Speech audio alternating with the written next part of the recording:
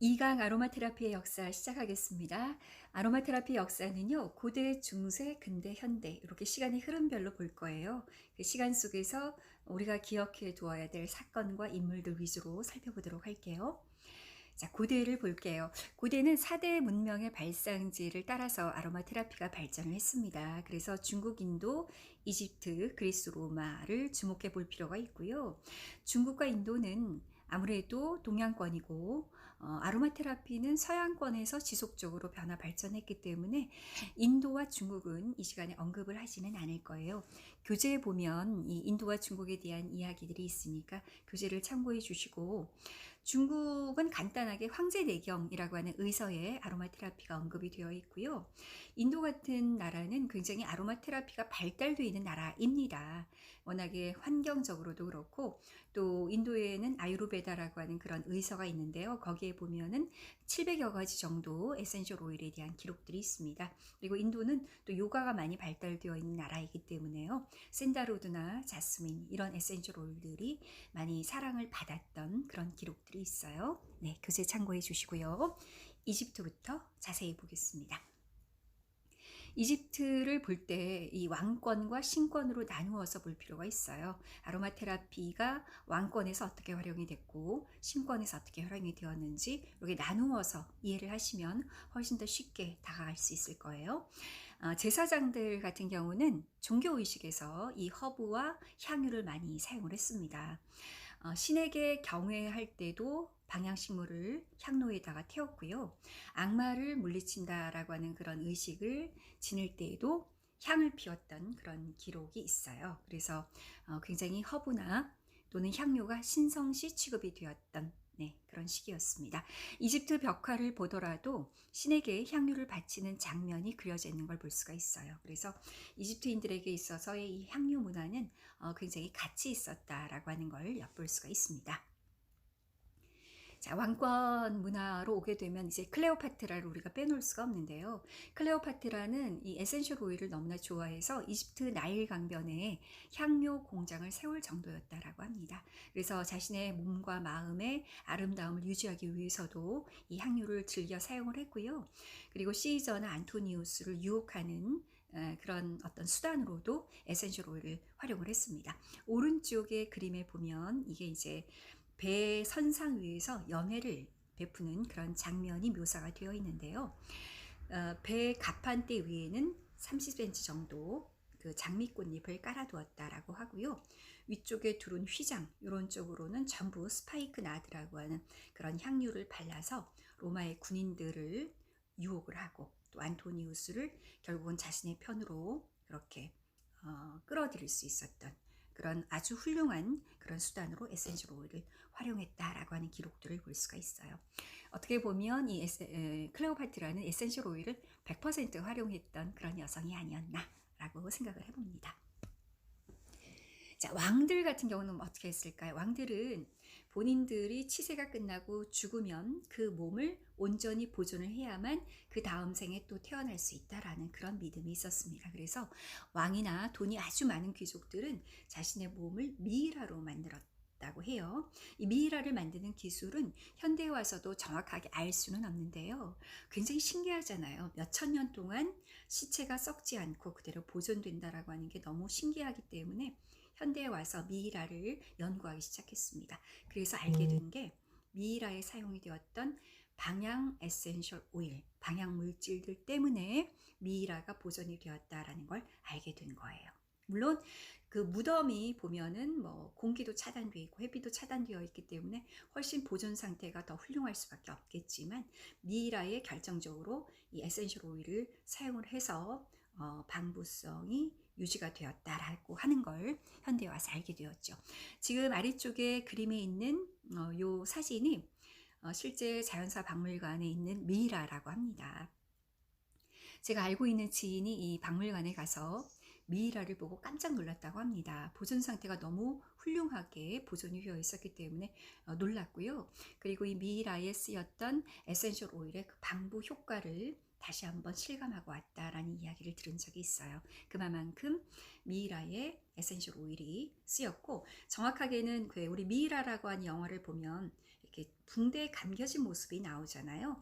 그 붕대가 아마천이고요. 그 아마천을 에센셜 오일 물에다가 푹 몇 달 동안 담그어서 그걸로 이렇게 사체를 칭칭 감는 그런 장면이 있다고 하는데, 어찌됐든 이 역사 속에서 에센셜 오일의 어떤 방부 효과를 단적으로 볼 수 있는 그런 예가 아닐까 이렇게 생각을 합니다.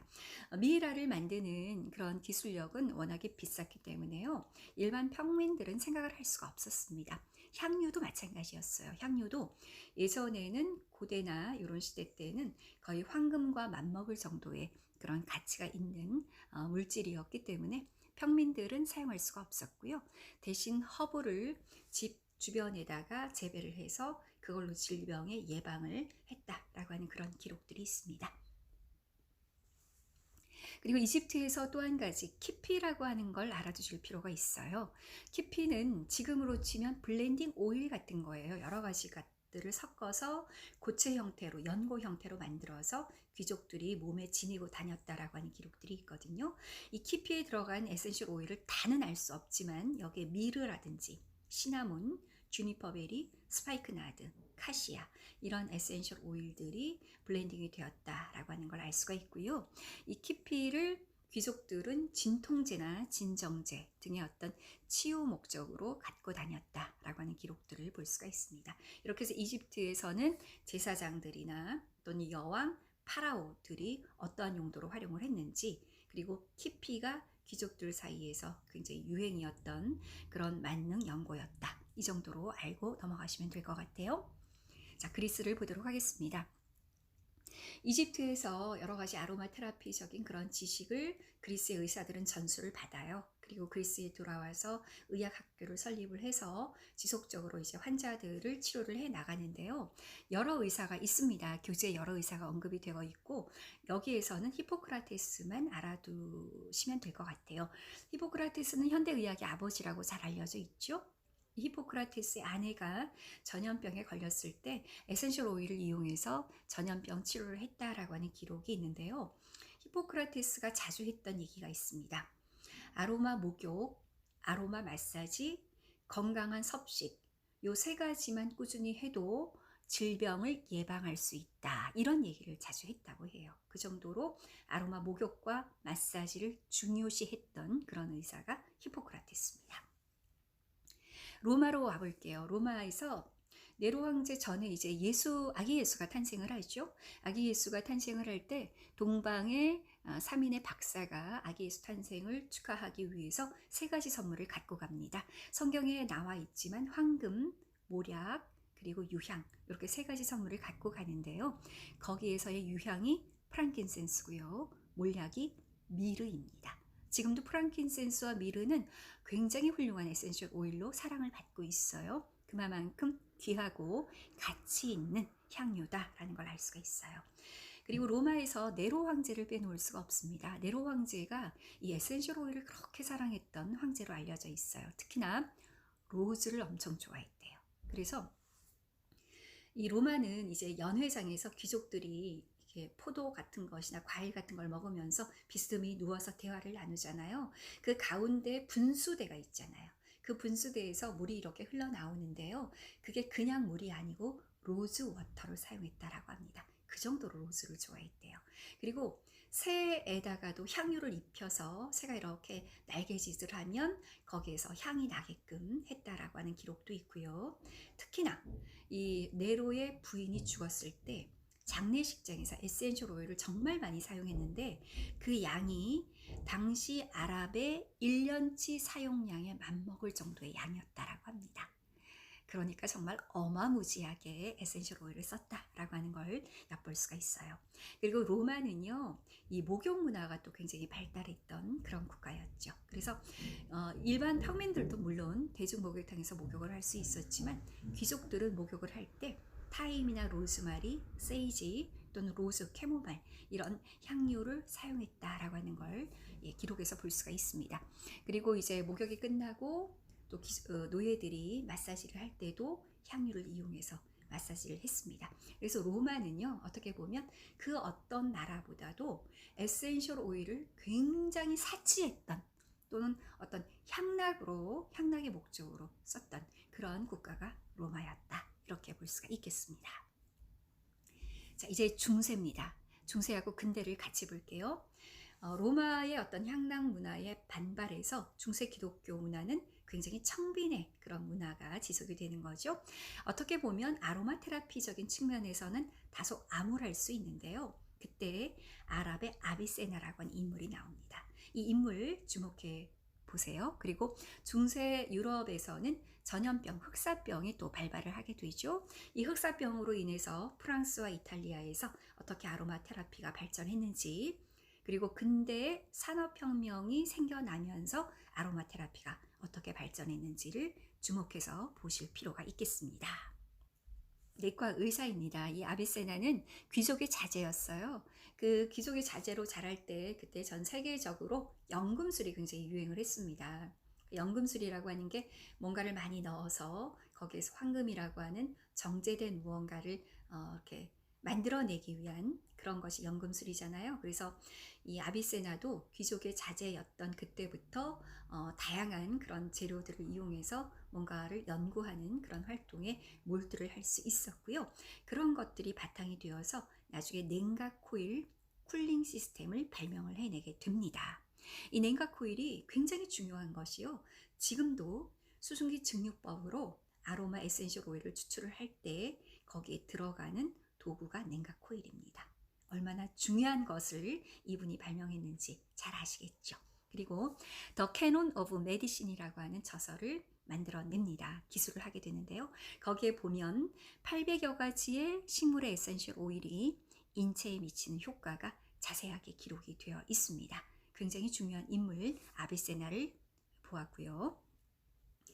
이 아비세나가 그 냉각코일 시스템을 이용해서 처음으로 만들어낸 플로럴 워터가 로즈 워터예요. 그 로즈 워터를 11세기에서 13세기 십자군 전쟁이 한창 성행을 할 때 그 십자군들이 중동 지역에서 유럽으로 갖고 오기 시작합니다. 로즈 워터뿐만이 아니고 향신료나 향수 등을 유럽으로 가져오게 되는데요. 그래서 이 로즈 워터가 유럽의 귀부인들 사이에서 굉장히 인기 있는 그런 워터로 활용이 되죠.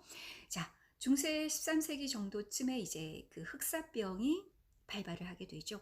이 흑사병은 치사율이 너무나 높았던 그런 전염병이었습니다. 유럽 인구의 3분의 1 정도가 전멸이 될 정도였었고요. 옆에서 한 사람이 전염병에 걸리면 바로 도망가야 할 정도로 굉장히 전염력이 강했던 그런 전염병이었다라고 해요. 그래서 왼쪽에 지금 굉장히 기괴한 모양의 그런 이미지를 볼 수가 있는데요. 이게 이제 의사가 머리부터 발끝까지 중무장을 한 그런 모습입니다. 머리에는 독수리 모양의 그런 모자를 썼고요. 그리고 긴 망토를 걸쳤습니다. 손에도 장갑을 꼈고 그리고 지팡이를 들고 환자를 만나러 갔어요. 환자의 어떤 병의 그 확산을 막는 것도 중요했지만 본인도 전염병에 걸리면 안 되니까 이렇게 중무장을 했던 거고요. 여기에 전부 향료를 발랐습니다. 독수리처럼 생긴 이 독수리 부리에는 에센셜 오일을 넣었고요. 그래서 의사들은 이 에센셜 오일이 갖고 있는 항균, 항바이러스의 효과를 알았던 거죠. 그래서 이렇게 차림을 하고 환자들을 만나러 갔습니다.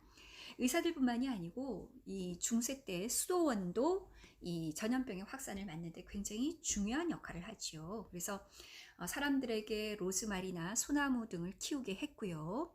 그리고 수도원 그 근방에도 허브들을 많이 재배를 했어요. 특히 12세기 정도에 가다 보면 그 힐더가르트라고 하는 수녀 원장이 라벤더를 키워서 그 라벤더로 환자들을 치료했다라고 하는 기록도 있고요. 그렇게 재배한 허브들을 길거리에서 태워서 그 연기를 통해서 전염병의 확산을 막았다라고 하는 기록도 볼 수가 있습니다. 중세에 이 전염병 때문에 굉장히 재미있는 일화가 생겨나게 돼요. 일명 사도둑 일화입니다. 굉장히 전염성이 강했기 때문에 귀족들도 예외는 아니었어요. 누군가가 전염이 되면 귀족들도 그 가족을 두고 도망을 갔습니다. 그래서 빈집들이 많이 생겨나게 됐어요. 잘 살지 못하는 평민들은 죽음을 각오하고 도둑으로 그 변해서 빈집을 털기 시작합니다. 그런데 많이들 죽었겠죠? 근데 아무리 빈집 털어도 죽지 않는 팀들이 생겨났습니다. 그 사람들이 바로 사도둑 팀이었었는데요. 고위 관리들의 귀에 나중에 들어간 거예요. 도대체 이 도둑들은 왜 죽지 않는지가 너무 궁금했던 거죠. 그래서 이 도둑들을 잡기에 혈안이 됐었고 결국은 검거를 합니다. 그래서 물어봐요. 이 도둑들한테 너희들은 왜 전염병에 걸리지 않느냐 이렇게 물어봤더니 이 도둑들이 알려준 레시피가 지금 화면에 나오고 있는 이 레시피입니다. 한번 읽어보세요. 되게 재밌어요. 식초에다가 허브들을 넣어서 그거를 인퓨즈드라고 하는데 그 인퓨즈한 것들을 이제 몸에 지니거나 발라서 빈집을 털었다라고 하는 그런 결과를 도출을 해내게 되죠. 그래서 어찌됐든 식초에다가 인퓨즈드를 하든 아니면 캐리어 오일, 식물성 오일에다가 인퓨즈드를 하든 허브가 갖고 있는 그 효능 효과들을 10분 활용한 그런 도둑들의 일화를 중세시대에서도 볼 수가 있습니다. 전염병이 이제 끝나고 16세기에서 18세기 귀족들의 문화는요, 아무래도 전염병에 대한 두려움이 완전히 종식되지 않았기 때문에 잘 씻지를 않았다고 합니다. 그래서 위생적인 문제가 많이 이제 노출이 돼요. 굉장히 악취도 심했고요. 그래서 귀족들은 자신의 냄새를 감추기 위해서 향수로 이 향료를 사용하기 시작합니다. 그래서 아래쪽에 그림을 한번 보세요. 시녀가 그 왕족 귀부인에게 머리부터 이렇게 향균을 쏟아붓는 그런 장면이 묘사가 되어 있죠. 그래서 이 천연의 원료에서 만들어진 향수를 굉장히 많이 활용하기 시작했던 시기가 이 16세기에서부터 18세기입니다. 그리고 이때에는 그 프랑스의 그라스 지방에서 이제 향수를 제조하기 시작했고요. 지금도 그라스에서는 굉장히 많은 향수 공장들이 있죠. 그만큼 이제 프랑스에서의 향수 역사가 시작이 되던 그런 시기이기도 합니다. 자, 18세기에서 19세기 이 시기에는 이제 산업혁명이 발발을 하죠. 산업혁명 때문에 굉장히 과학이 눈부시게 발달을 하게 되고요. 과학이 발달을 하게 되면서 유기화학 분야도 발전을 하게 됩니다. 유기화학이 발전이 되다 보니까 에센셜 오일에 담겨져 있는 여러 가지 화학 성분들을 하나 떼어서 연구를 하기 시작했어요. 그러면서 특정 성분만, 가령 예를 들어서 리모넨 성분만 이렇게 단독으로 사용을 하거나 아니면 이 천연 성분의 향을 그대로 합성으로 만들어내는 그런 기술까지 발달을 하게 돼요. 그래서 이 시기는요, 천연을 사용하는 그런 귀족 계급과 인공의 어떤 저렴한 향료를 사용하는 평민 계급, 이렇게 나누어서 생각을 해볼 수가 있겠습니다. 그래서 천연과 인공이 같이 존재를 했던 그런 시기였었고요. 이 시기에는 그렇기 때문에 에센셜 오일이 갖고 있는 전인적인 가치가 많이 상실되었던 그런 시기라고 보시면 돼요. 그랬는데 이제 현대에 와서 다시 르네 모리스 가테보세가 이 에센셜 오일이 갖고 있는 여러 가지 메디컬적인 측면을 다시 재발견하게 되는 그런 계기가 되죠. 르네 모리스 가테보세를 보도록 하겠습니다. 뭐 가트포세라기도 하고 가테보세 이렇게 발음을 하기도 하고요. 이분은 프랑스의 화학자예요. 화학 실험실에서 연구를 하다가 폭발 사고가 나서 손에 부상을 입습니다. 그 손에 부상을 입은 것을 옆에 라벤더 물에다가 우연히 담그게 되고요. 거기에서 화상의 열감이 식으면서 치유가 되는 걸 스스로 경험을 하게 돼요. 그러면서 에센셜 오일이 갖고 있는 여러 가지 치유적인 것들을 연구하기 시작합니다. 그래서 만들어낸 책이 아로마 테라피예요. 그래서 이 사람이 아로마 테라피라고 하는 용어를 처음으로 사용하시는 그런 아주 유명한 인물이 되었습니다. 이분의 제자가 장 발렛이라고 하는 분인데요. 이분은 의사입니다. 이분이 활동하던 당시에 세계 2차 대전이 또 발발을 하게 됩니다. 그래서 군의관으로 가게 되는데요. 그 군의관으로 갔을 때 병사들의 치사율이 굉장히 높았대요. 그때 당시 전쟁의 시기였었고 항생제가 많이 보급이 되지 않았기 때문에 병사들이 굉장히 죽는 그런 치사율이 높았는데요. 이 장 발렛이 에센셜 오일을 병사들의 막사에다가 바르고 에센셜 오일로 병사들을 치유를 해 가면서 치사율을 굉장히 낮췄던 그런 업적을 갖고 있고요. 또 이분의 한 가지 업적이, 중요한 업적이 뭐냐면 그 병사들의 정신적인 트라우마, 전쟁 속에서 생겨난 그런 정신적인 트라우마를 이 에센셜 오일로 치유했다라고 하는 굉장히 많은 임상 기록을 갖게 됩니다. 그래서 이분으로 인해서 에센셜 오일이 어떤 신체적인 부분뿐만이 아니고 정신적인 부분에까지 좋은 영향을 미친다라고 하는 걸 알게 되었다라고 보시면 되고요. 마가렛 모리 여사는, 이분은 이제 오스트리아 출신이고 프랑스에서 배웠고 영국으로 건너가게 됩니다. 영국으로 건너가면서 에센셜 오일을 마사지하고 접목을 하게 돼요. 그래서 여성들의 어떤 피부 그리고 미용 이런 쪽으로 굉장히 많이 발전시킨 그런 분이 마가렛 모리다라고 보시면 돼요. 그래서 이 현대에 와서는요, 큰 줄기가 프랑스와 영국으로 나뉘어지게 됩니다. 프랑스는 메디컬 쪽으로, 그리고 영국은 마사지나 피부 미용 쪽으로 조금 더 발달이 되어 왔다, 이렇게 볼 수가 있겠습니다. 아로마 테라피의 역사를 개괄적으로 한번 쭉 훑어보았어요. 아로마 테라피 역사를 보시면서 여러분들 어떤 생각이 드시나요? 이집트부터 현대까지 오면서 아로마 에센셜 오일이 방부 효과가 굉장히 뛰어나구나, 그리고 미용적인 측면이 있구나, 그리고 사람을 유혹하는 어떤 최음적인 그런 기능도 갖고 있구나, 전염병에 굉장히 좋은 항균, 항바이러스적인 어떤 그런 효능 효과가 있구나, 이런 것들, 그리고 정신적인 부분에까지 좋은 영향을 주는 게 아로마 에센셜 오일이구나 라고 하는 걸 여러분들께서 아실 수가 있었을 거라고 봐요. 자, 오늘은 여기까지 하겠습니다. 감사합니다.